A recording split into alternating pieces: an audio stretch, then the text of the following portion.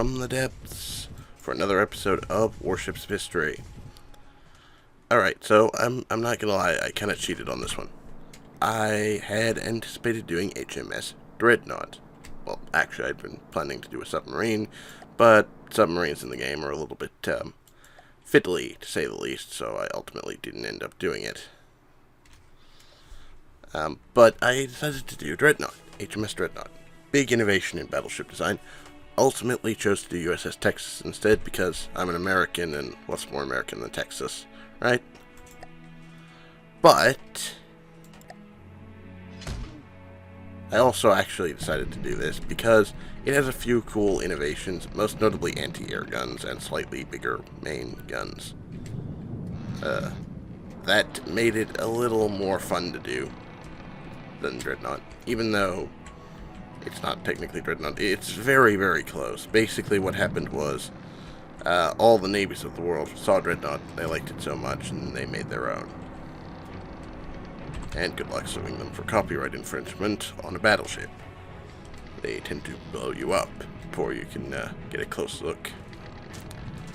But enough puns, let's take a look at the ship. This is my representation of the USS Texas. Obviously, typical rules apply. It's a game, and I'm not I'm not perfect. And neither is the game engine. So, this is a little bit more square than the actual Dreadnought, obviously. And other typical stuff applies. Ultimately, it only looks like the Dreadnought on the outside. Inside is like, yeah, it's nothing like the Dreadnought. Or Texas. But, it is reasonably functional in-game. I've had this take on a few in-game ships, and had it be quite successful, actually. Not perfect, but pretty good. So yeah, Dreadnought had a couple of main advantages over its competitors, which had actually evolved from the River Monitor, which was an evolution of the USS Monitor's class.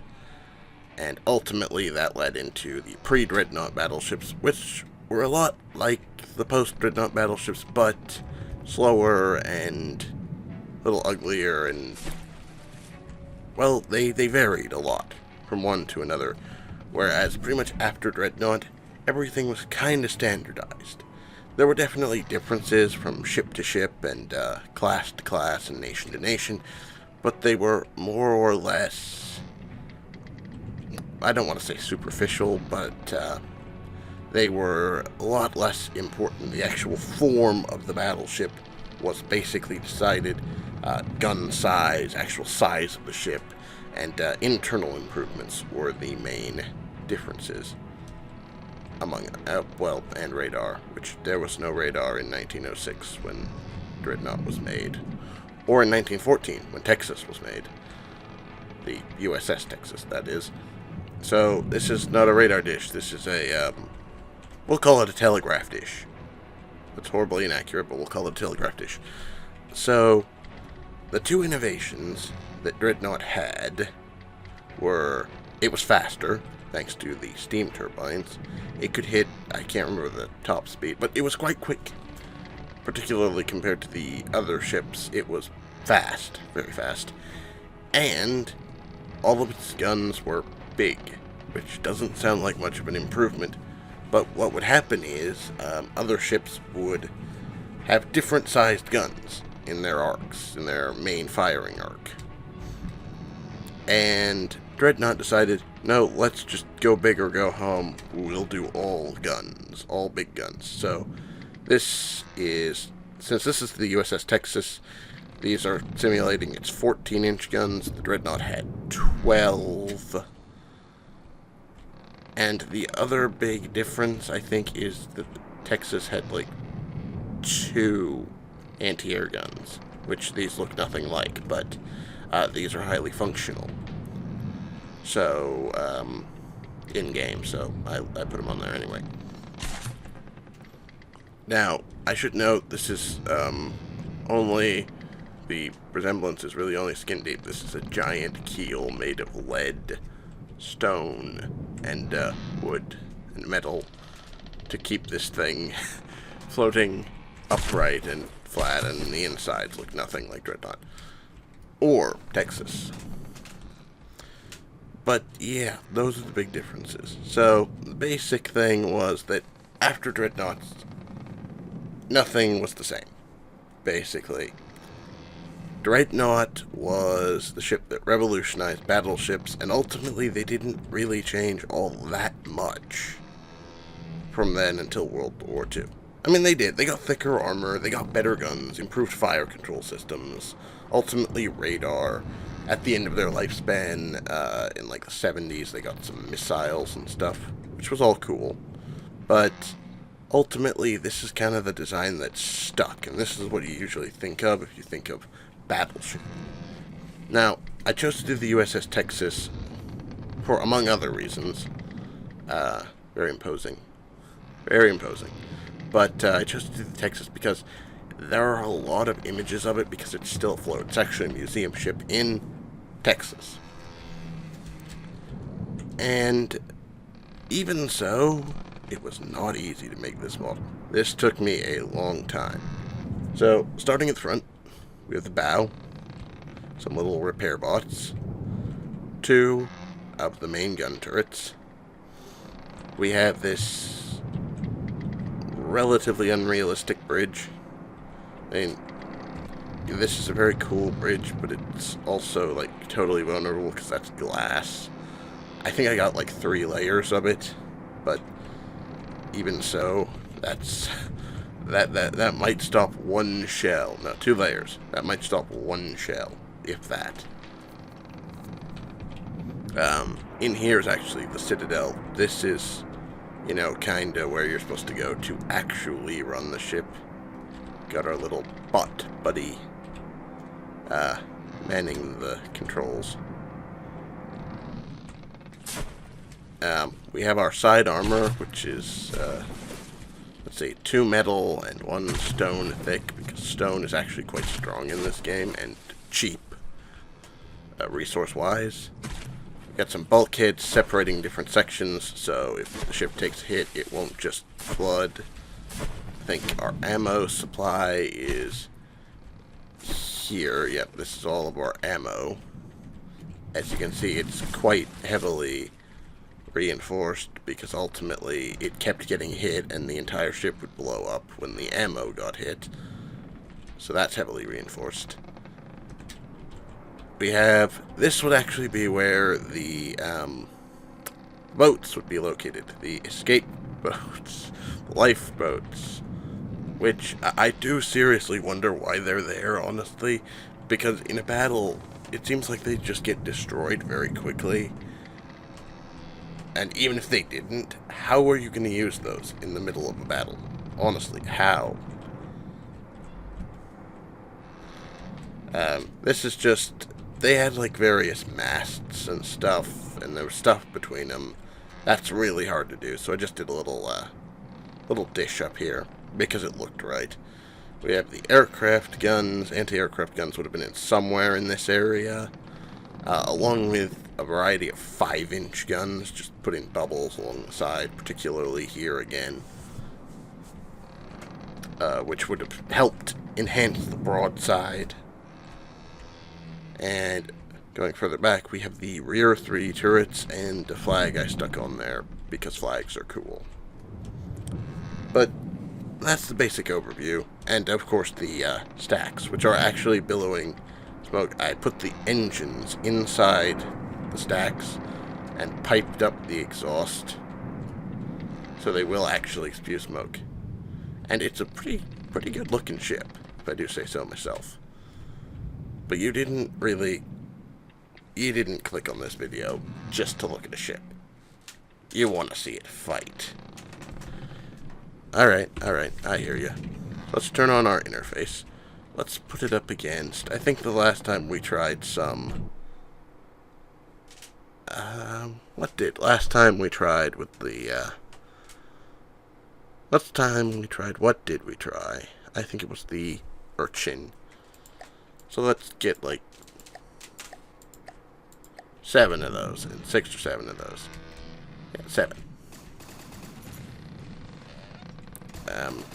The AA guns are opening up, and that's one ship heavily damaged already. Yeah, I should note the game's had an update, so we're actually, the shells they're firing are actually far more devastating than they used to be. Used to be these guns would fire very, very fast, but the damage would be low. They updated it so these guns fire really heavy, really hard-hitting projectiles, much more realistic, but they take forever to reload. Like you can see, they're just now reloading. There we go. But, yeah, this is going pretty well. I don't foresee any of these things lasting particularly long. There are also torpedoes. How are our torpedoes doing? Our torpedoes are going for this guy. Let me unlink the camera from the ship so we're not bobbing up and down. And he is heavily sunk. Yeah. Well, there is not much left of these guys. Sorry, well, let's clear the debris. At least some of it. Let's bring in something a little harder. How about something bigger? A Marauder? Nah. But a couple of these, Kelmars. These are a nice traditional vessel, relatively traditional vessel. We'll call these the pre-Dreadnoughts. Very steampunk style pre-Dreadnought.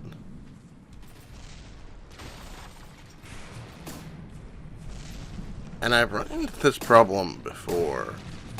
For some reason, the AI on these guns is really, really wacky. Like, they're not actually targeting right now. I don't... Why? That is it's a really weird bug. I'll probably have to submit a bug report. This game is still in alpha. And you can see they are definitely targeting our ammo stockpile. You see, once our guns actually get into broadside range, they're kind of unstoppable. But for some reason, the turrets aren't actually turning. I'm not really sure why. Oh. You know what? I'm gonna go ahead and fix this. I'll be right back.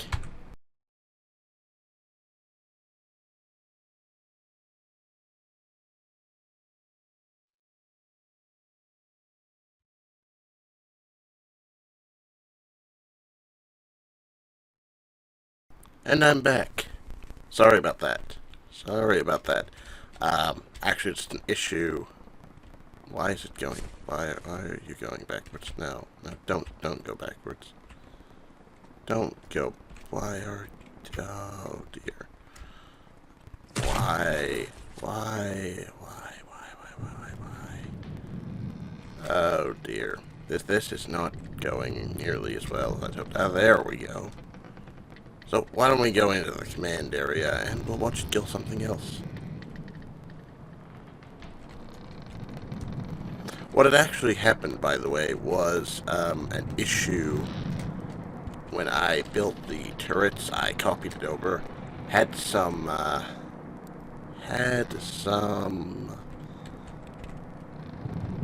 firing constraints. That is, it was set so they wouldn't fire in certain directions. I grabbed these from actually one of the stock ships that's built into the game, one of the community-created ships. And they had been set so that they wouldn't fire to move too far. Presumably lest they get stuck or damage something or start shooting through their own ship, which has been known to happen. So, because I copied it over, those all got copied over as well. So ultimately, they were restricted. So, let's try a couple Kalmars now.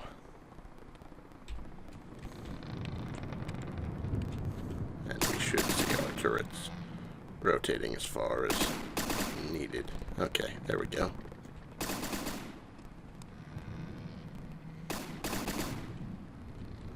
We're gonna fire at will on these guys. Apologies for the frame rate. This game does not play nice to CPUs. Particularly mine. You can see these guys will have to be the stand-ins for our pre-Dreadnoughts. Slower, thinner armor, not as many big guns. It fits. So we're calling these pre-Dreadnoughts. Yeah, they're kind of getting absolutely wrecked. Wrecked, bro. You can also see we're missing a lot. Though that's not entirely unrealistic, given that this ship is based on 1906 technology, so fire control was... Ooh, we just hit their ammo stockpile. Fire control was less of a concern,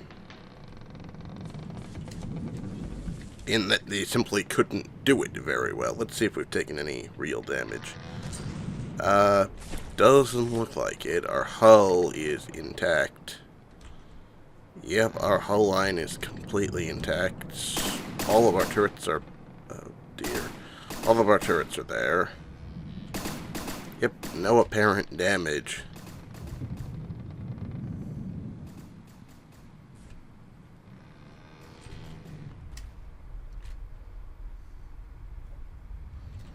Yeah.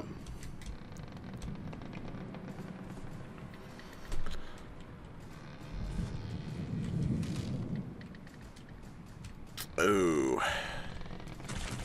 Yeah, I don't foresee the sailors coming home from this one. Yeah.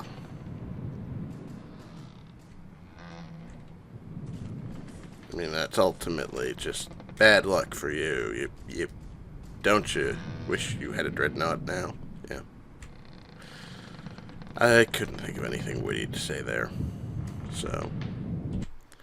let's bring in something else. Like, let's bring in something a little tougher.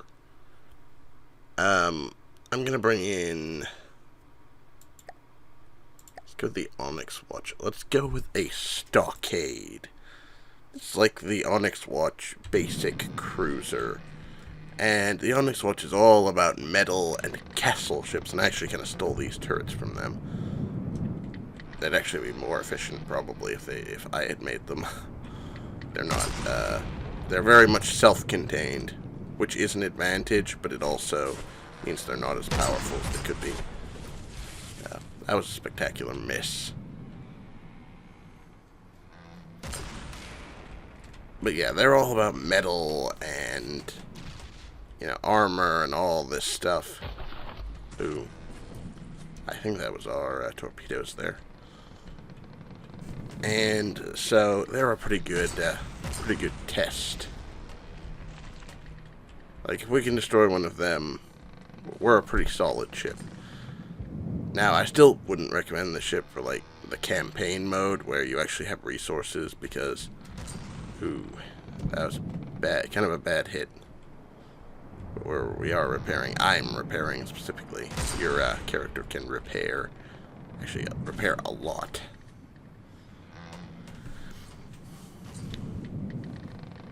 Because the ship is really expensive in terms of resources. Massive amounts of metal. It's not an efficient design in-game. But ultimately, it was never really designed to be efficient. It's designed to be fun and cool. So, I think it is pretty well fulfilled that. So now I think there's just... one last thing. I think I'm just gonna destroy this. Just gonna destroy that, 'cause it's pretty clear we've won that battle.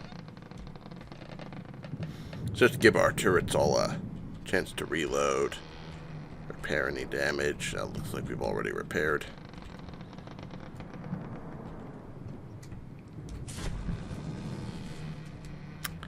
And let's load in. Here's what we're gonna do. We're gonna load in another one. That was actually a big thing. During the Battle of Jutland in World War I, a massive clash of British and German ships. All of them based on Dreadnought. All of them Dreadnoughts. Dreadnought style, Dreadnought class, Dreadnought lights. Well, they all fought to a standstill. Specifically, not one of them was sunk. Though I think the Germans lost a few later on when they were trying to retreat. But ultimately, none of them were sunk, and the Germans never again seriously challenged the British in terms of sea power. To this day, I really don't think they have. So we're going to load in another one of these, and we're going to put this on an enemy team.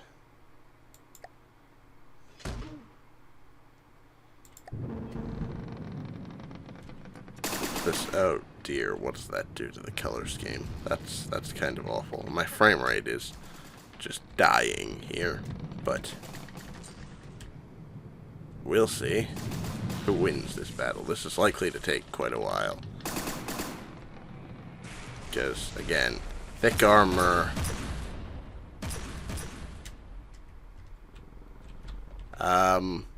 Okay, that did not take long.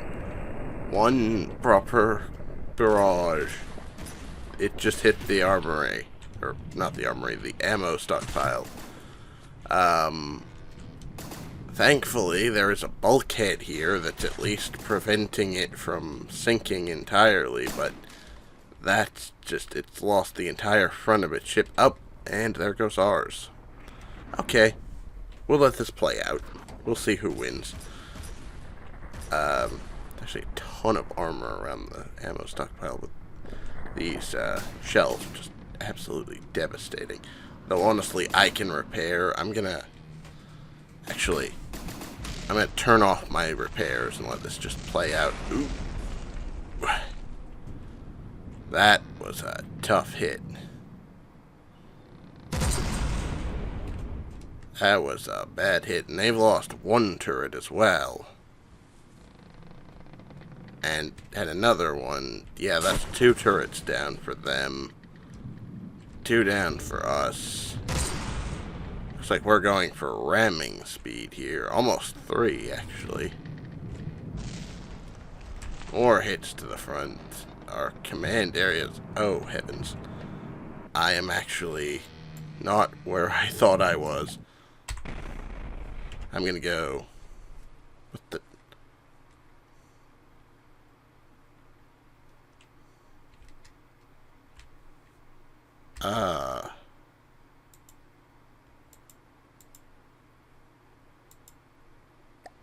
Wrong button. Wrong button.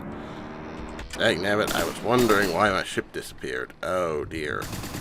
Yeah, that would be because I made it disappear. That was stupid. Oh, there goes our second to last turret. That is... Ooh, that's not looking good. They still have... They managed to repair. That is very impressive. We only have one more turret, one turret left. Our AA guns are going. That gun has given up. It looks like we've taken a hit, perhaps, that is disabled. Disabled our AI. All these ships, by the way, are AI controlled, basically. And if your AI gets damaged, you will not be able to fire. So, it does look like our AI has been damaged and disabled. Both ships are in a rough spot.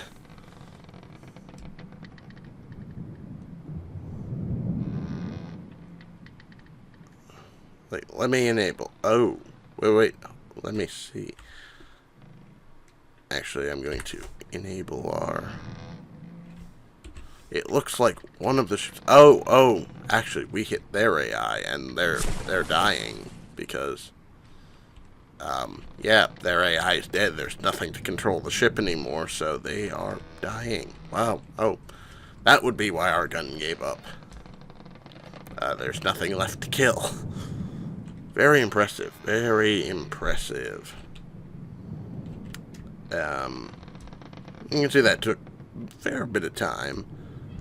Honestly, if this were a better recreation, it would have even more armor on that ammo supply. Maybe split the ammo supply up between the forward and back compartments. So you could add even more ammo to it, or even more armor to it, rather.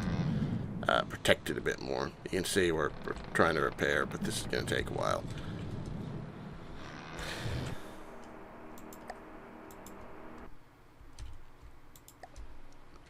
But, yeah. So, if you like this video, go ahead and like this video. Leave a comment if you have a concern, criticism, or other feedback. Or maybe if you're British and are horrified that I decided to skip H.M.S. Dreadnought for this one. And this is the wrong ship type. Oh, okay. Oh well. Yeah, that is about it. So, thank you guys for watching. Have a great day. Comment, like, subscribe again if you enjoyed this video. Helps the channel a lot. And I hope I'll see you in my next video. Peace out.